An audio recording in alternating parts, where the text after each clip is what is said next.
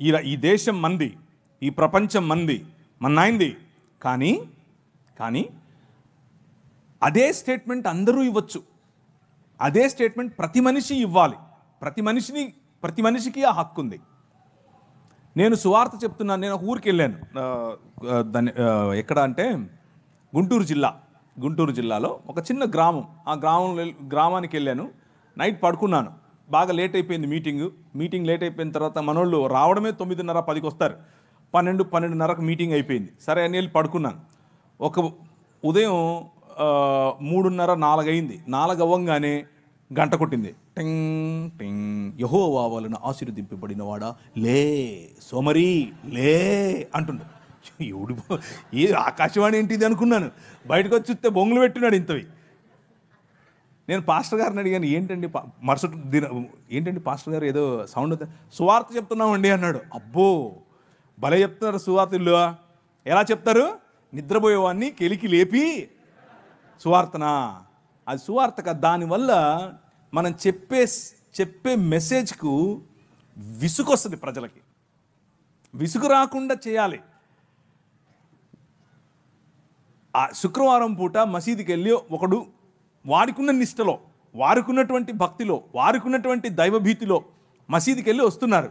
నువ్వు ఆ మసీదు కాన్ని నిలబడుకొని అస్సలాము అలైకుం సాహబ్ ఏలో అని చెప్పి వాడికి ఇచ్చావనుకో, ఏమంటాడు? 4 వేస్తాడు. ఎందుకేడు అంటే మనకు ఒక కామన్ సెన్స్ ఉండాలి. ఒక కామన్ సెన్స్తో మనం పనిచేయాలి. ఉదాహరణకు ఎవరైనా వాళ్ళ ఇంట్లో చనిపోయారు, ఆడి దగ్గరికి వెళ్ళి రికార్డింగ్ డాన్స్ పెడతారా? పెట్టరు. Common sense. అరే వాడు దుఃఖంలో ఉన్నాడు, దుఃఖంలో మనం కలిసి కొద్దిగా సాంత్వన ఊరట ఇచ్చే పని చేద్దాం. ఎవరింట్లో అన్నా పెళ్లి జరుగుతుంటే వెళ్ళి ఇంట్లో వాళ్ళు చచ్చిపోయారండి ఏడుతాం మనం. ఎందుకు ఏడం? అది అది కరెక్ట్ కాదు. అది మనకు కూడా తెలుసు. అలాగే మనం ఏదైనా క్రీస్తుని గురించి చెప్పాలి అని అంటే దానికి టెంపులే దొరికిందా, మసీదే దొరికిందా? అవసరం లేదుగా. ఎందుకు చేయాలి అక్కడ? సో మనమే కావాలని రెచ్చగొట్టేట్లుగా ఎప్పుడూ ప్రయత్నం చేయకూడదు. ఇది మనది కాబట్టి నా ఇష్టం వచ్చినట్టు తిరుగుతాను అని చేయకూడదు. స్వేచ్ఛ అని అంటే విచ్చలవిడితనం కాదు, యథేచ్ఛవర్తన కాదు.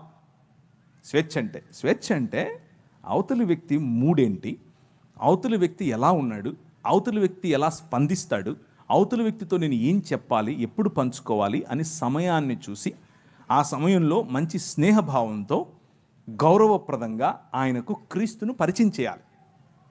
వీధి సువార్త చేయండి, తప్పేమీ లేదు. కానీ వీధి సువార్త పేరిట గొడవలు పెట్టుకోవద్దు. మొన్న కొందరు వెళ్ళారు, క్రైస్ట్ గాస్పెల్ టీమ్, సంచులు వేసుకుని తెల్ల బట్టలు వేసుకుని పోయినారు. పోతే అక్కడ వాళ్ళు అడ్డుకున్నారు. వాళ్ళు కొట్టనీకి వస్తే ఈడు కొట్టనీకి వెళ్తున్నాడు, ఆడు తిడితే ఈడు తిడుతున్నాడు.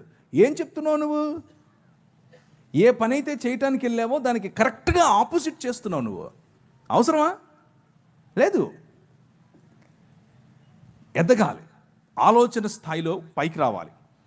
మాధ్యమాలను ఉపయోగించండి. మీరు చేస్తున్నటువంటి ఈ మాధ్యమ పరిచర్య ఎక్సలెంట్. మొన్న జరిగిన డిస్కషన్ 7 లక్షల మంది చూశారు. అందరూ క్రైస్తవులే చూసింటారా? నో.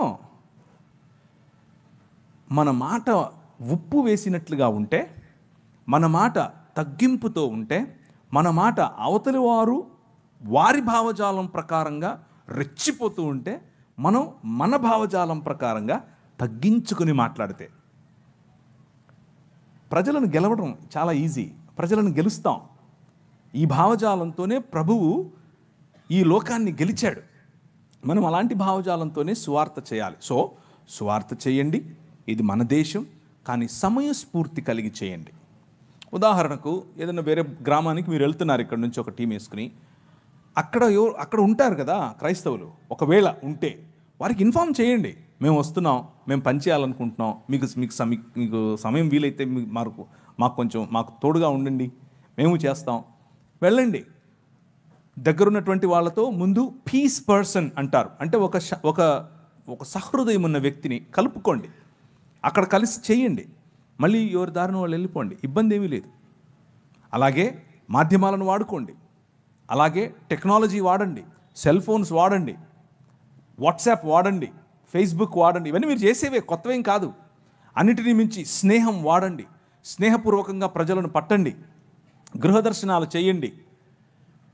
ఇవన్నీ ఏం కాకుండా ఊరికే పోయి చేతిలో ఉన్నది నువ్వు వాడు మూడేంటో తెలియదు, అని ఎలా ఉన్నాడో తెలియదు, ఇదిగో నువ్వు నమ్ముకుంటే పరలోకం మొత్తం లేక నరకం మొత్తం, దేవుడు నిన్ను 65 చేసేస్తాడు, ఈ మాటలన్నీ చెప్తే ఎవరండి వినేది? ఎవరు వినరు. మనం చెప్పే దాంట్లో మనకు క్లారిటీ ఉండదు, వినే దాంట్లో వాళ్ళకు క్లారిటీ ఉండదు. అలా వద్దు. ఒక స్ట్రక్చర్డ్ వేలో, ఒక పద్ధతిగా గనక మనం చేస్తే మనం చాలామందిని గెలవచ్చు. సో నా ఆన్సర్ ఏంటంటే, ఇది మన దేశం, కానీ సమయస్ఫూర్తితో ప్రజలను ఆకర్షించే విధంగా, ఆకట్టుకునే విధంగా సువార్త పరిచర్యను చేయండి. సువార్త పరిచర్యలో క్రీస్తును, రాజును పరిచయం చేయటం మన ఆలోచన, అంతేకాని మన మతాన్ని పరిచయం చేయటం కాదు. అక్కడే మనం తప్పుదారి పడుతున్నాం.